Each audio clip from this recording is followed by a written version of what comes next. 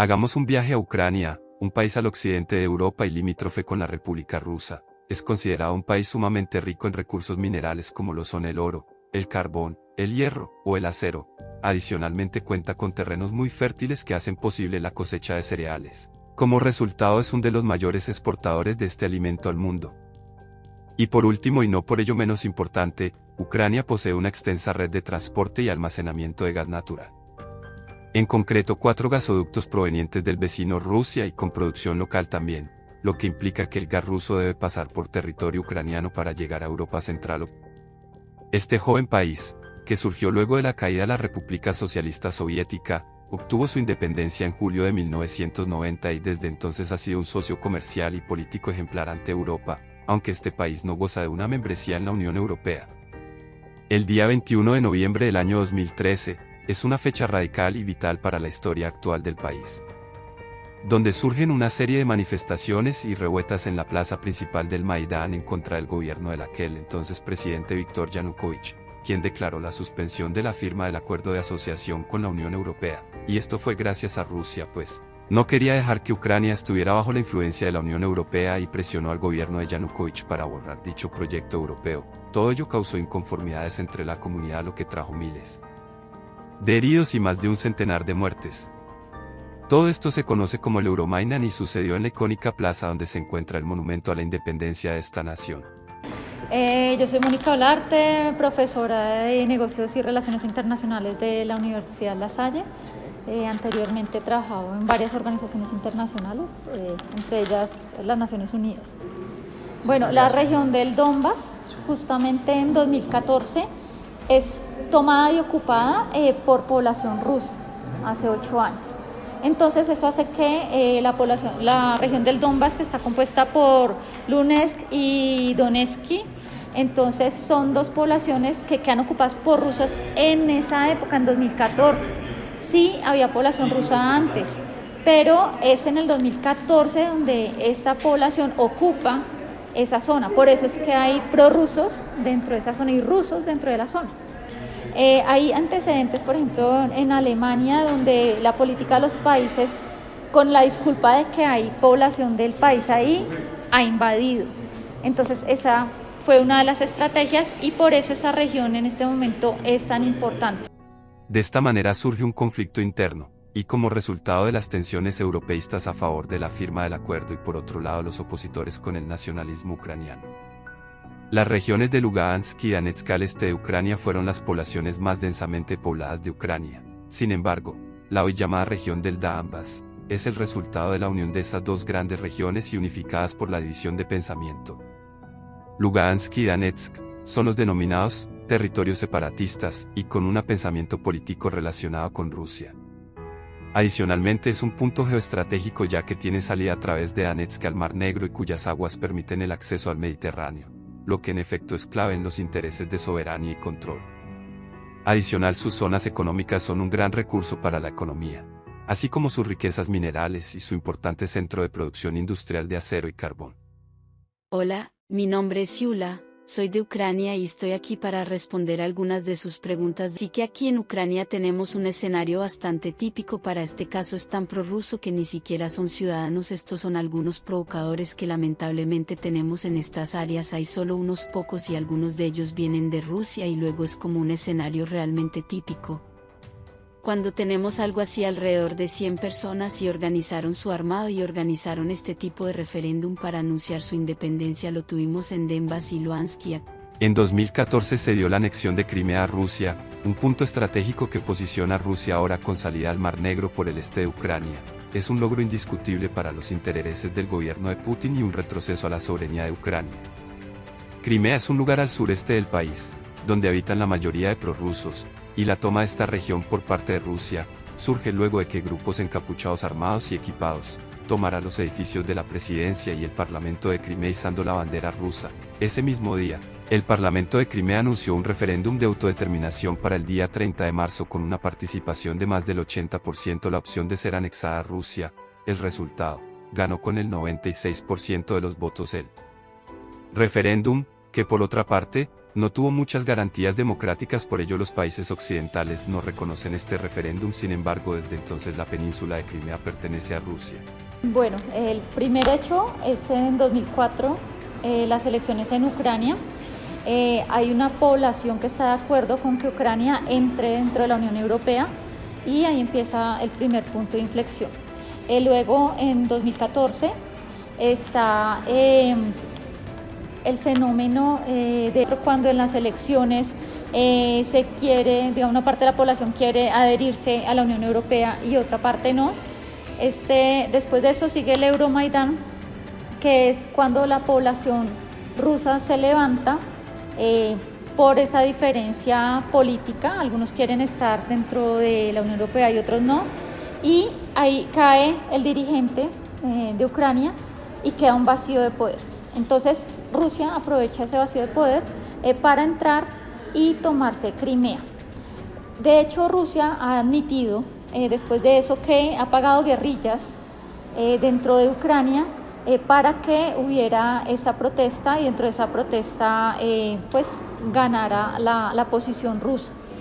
En ese momento Rusia aprovecha y entra pues a Crimea, que es un paso del transporte de gas hacia Europa. No tenemos una guerra civil. No es una guerra civil entre ucranianos y prorrusos. Ucranianos rusos allí que se armaron gracias a Rusia y les gusta organizar su independencia y así sucesivamente, pero el 90% de las personas allí no quieren ningún daneras, así que solo que no es una guerra civil en absoluto o es ocupación y actualmente somos luchando por liberar esos territorios. Tanto mi esposo como yo queremos ir a las redes para visitar a sus familiares y demás, pero desafortunadamente no podemos hacerlo, así que realmente estamos esperando.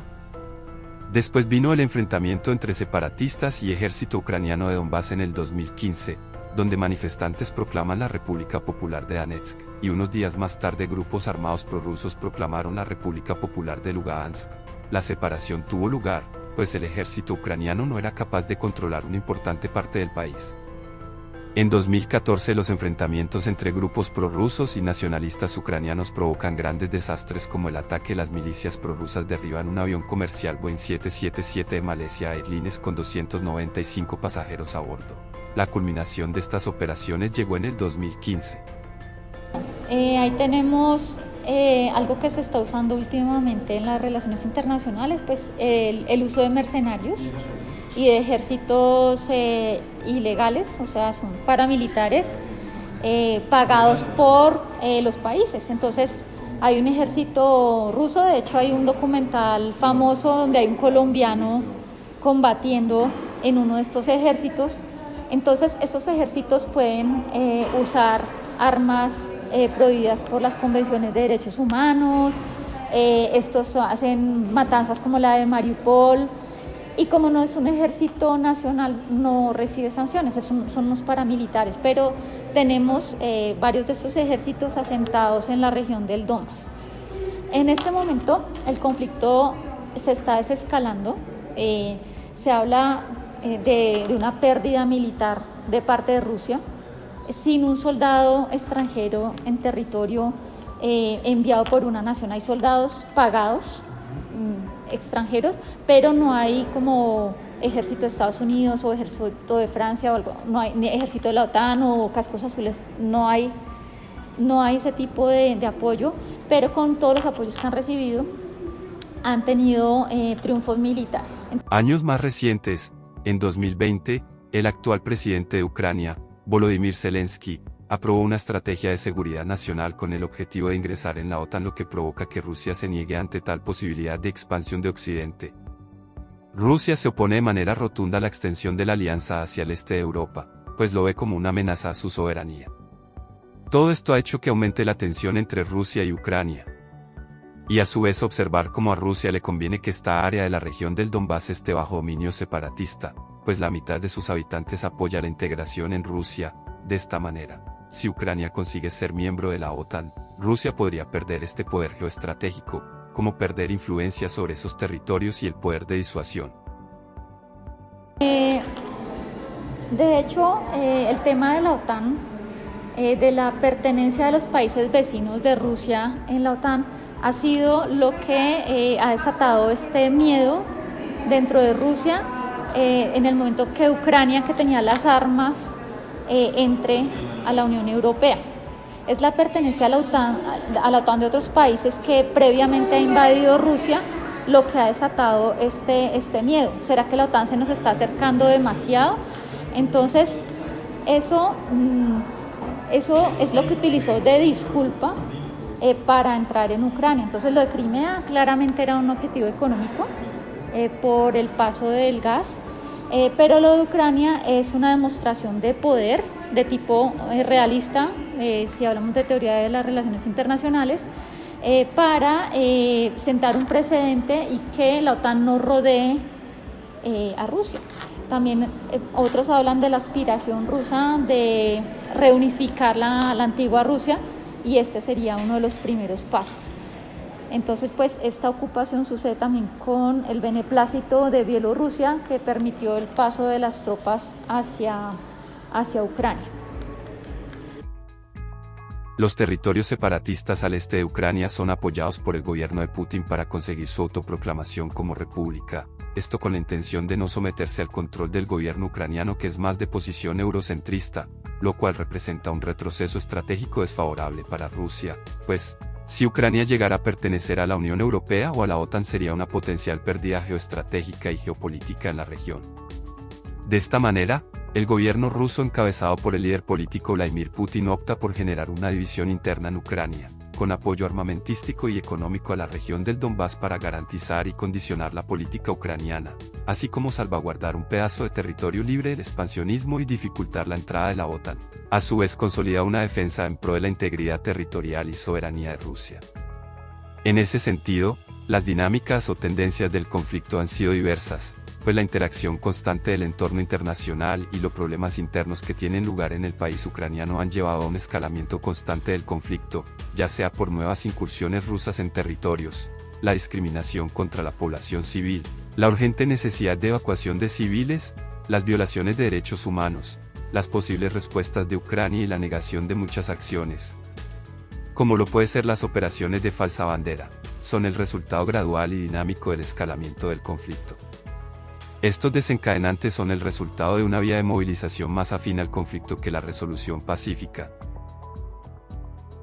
Sí que no sé exactamente qué desencadenó esto, pero todo comenzó después de la revolución en 2014, cuando no queríamos nuestro tiempo como es en el tiempo presidente Yanukovych para estar a cargo del país, como él era como pro-Putin para ruso y quería unirse con Rusia, y toda nuestra gente quería ir a Europa para unirse como la Unión, y después de eso la anexión de Crimea sucedió y toda la situación en Dinamarca también sucedió, así que supongo que eso fue lo que desencadenó que mostramos que no queremos ser como tener nada en común con Rusia y comenzaron a ser muy agresivos. En este caso 4-9 no lo creo, porque como dije luego zumbido como que no quería la independencia. Lo digo porque conozco a mucha gente de ese autobús y supongo que ahora tienen esta república o como se llaman a sí mismos, no sé, y la gente está allí porque tiene que estar allí y no tienen a dónde ir, pero sé que muchas personas lograron dejar el autobús en 2014 porque simplemente no querían volver a estar en Rusia y tener algo en común con Rusia, y sí,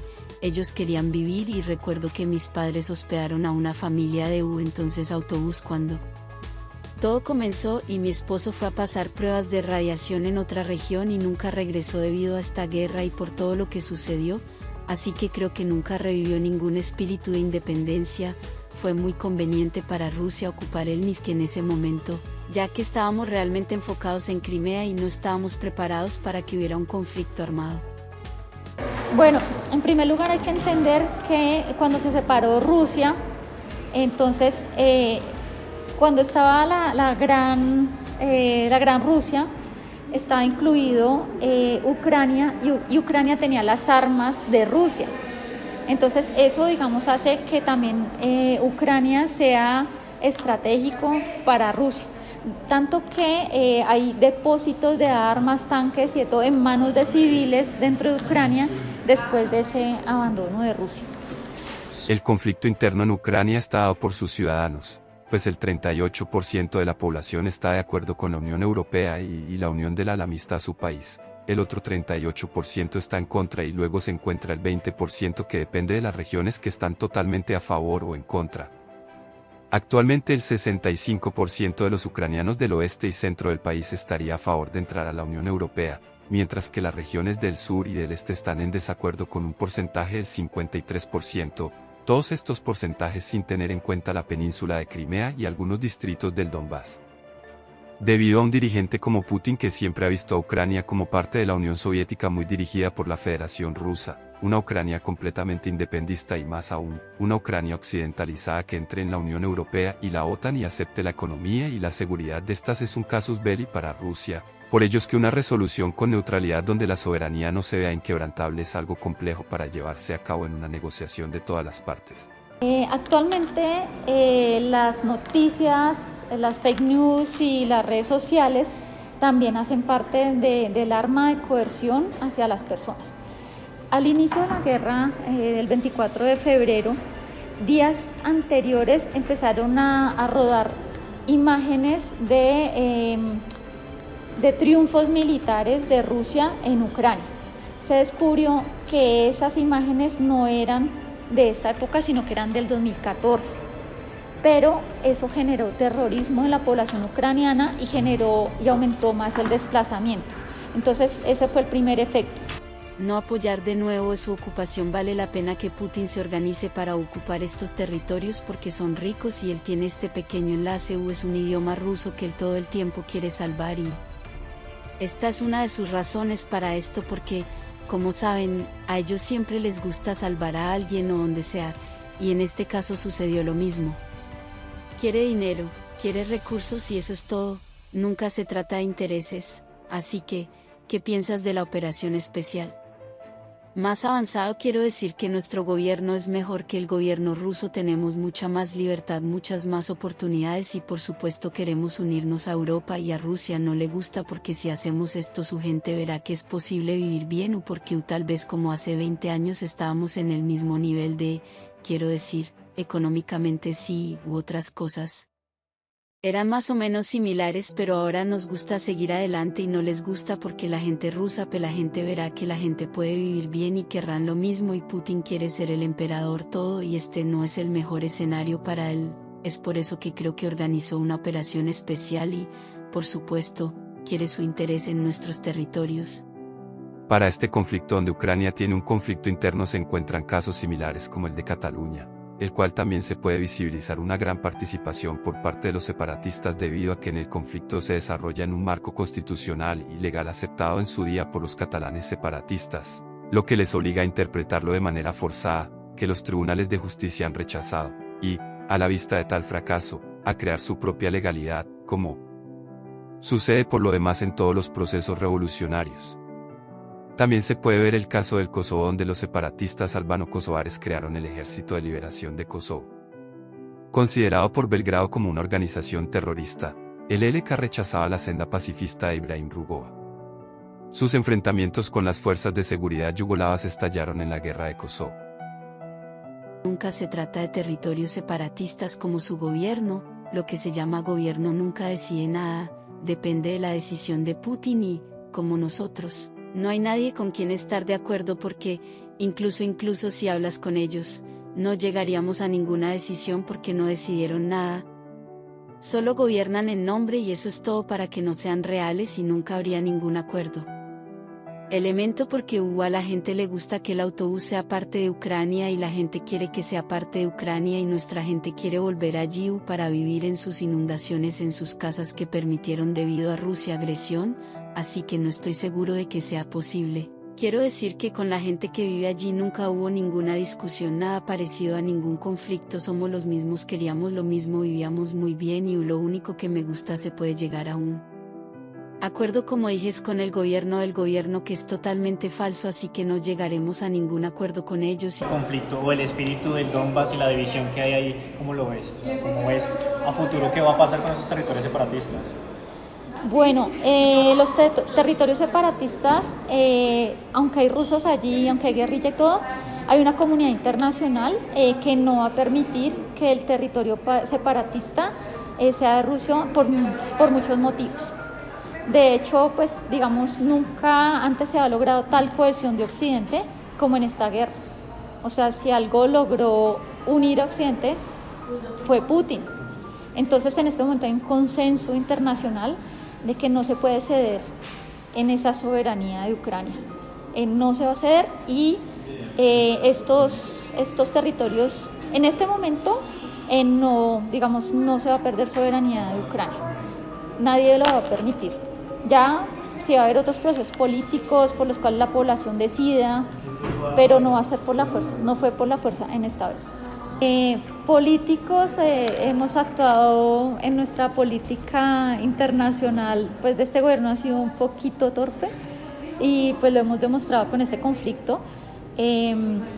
Yo quiero decir a favor de, pues, dentro de lo torpes que ha actuado Colombia, hemos dicho que vamos a salir a favor de Ucrania, que vamos a dar una cooperación internacional muy importante.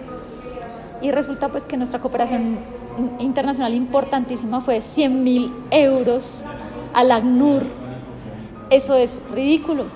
Entonces, por otro lado, también han tratado de relacionar pues, en este ámbito preelectoral como no, Rusia está apoyando a Petro, está apoyando cosas políticas acá.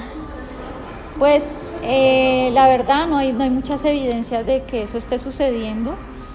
Por otro lado también deja en entredicho los efectos del hard power militar para ganar un conflicto. O sea, definitivamente no es económicamente, es estúpido, no sucede nada, o sea, pero digamos para salvar un poco a nuestro presidente cuando ha dado estas declaraciones a favor de Rusia, cuando el 12 de abril y el 14 de abril da declaraciones internacionales en el Consejo de Seguridad de la ONU, diciéndole a los rusos que son unos xenófobos y que son unos violadores de derechos humanos. Entonces a eso contestaron los rusos diciendo que él no estaba a favor de la paz en el conflicto interno, que él no tenía ninguna autoridad para hablar de eso. Pero yo he logrado entender un poco el por qué, digamos, Duque se ha tomado esas atribuciones como tan ambiciosas, y es porque nosotros en Latinoamérica, Colombia, es el único país socio de la OTAN, es el único socio de la OTAN. Él ha dicho, él se ha tomado como esa vocería, él se ha sentido como un líder de Latinoamérica, lo cual es legítimo, pues al tener ese papel como de responsabilidad ante la OTAN. El problema es que él no puede jalar políticamente a los demás países porque todos los demás países están en otra ala política diferente y no, por ejemplo, México está a favor de Rusia. Entonces, el apoyo que se puede lograr en Latinoamérica no es, pero digamos, uno entiende esas ambiciones que hemos dicho, es por esa posición de socio de la OTAN. Зачем эти провокации? Зачем? Мы живем у себя дома. Мы не хотим войны. Хотите войны? Ну так мы же тоже можем отпор дать, правильно? У нас тоже есть армия за 8 лет, которая выросла. Почему Россия признает, вот к вам домой пришли и говорят соседи, вот эта комната будет наша. Какая вам разница, у них есть мнение по этому поводу или нет? От этого же квартира ваша остается. Ну пусть себе признают, что хотят, но для меня, ну и еще может это на самом деле спровоцировать войну. Потому что это нормальные люди за свою страну будут воевать. И это, конечно, мне не очень нравится, далеко не нравится. Я думаю, что тот мир, который предложит Путин или Россия Донецку и Луганску, он не будет такой, как могла бы предложить Украина, потому что у них не будет признана оплата, банки не будут работать, не будет работать там, будет как в Крыму, только в худшем варианте.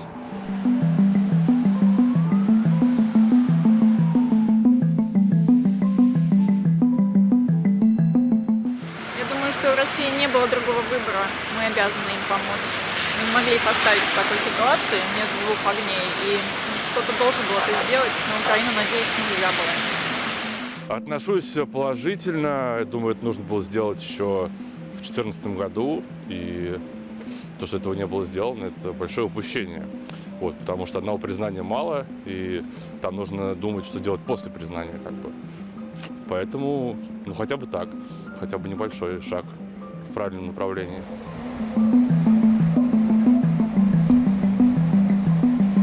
Ну, это ужасно, это очень плохо, мне это очень не нравится.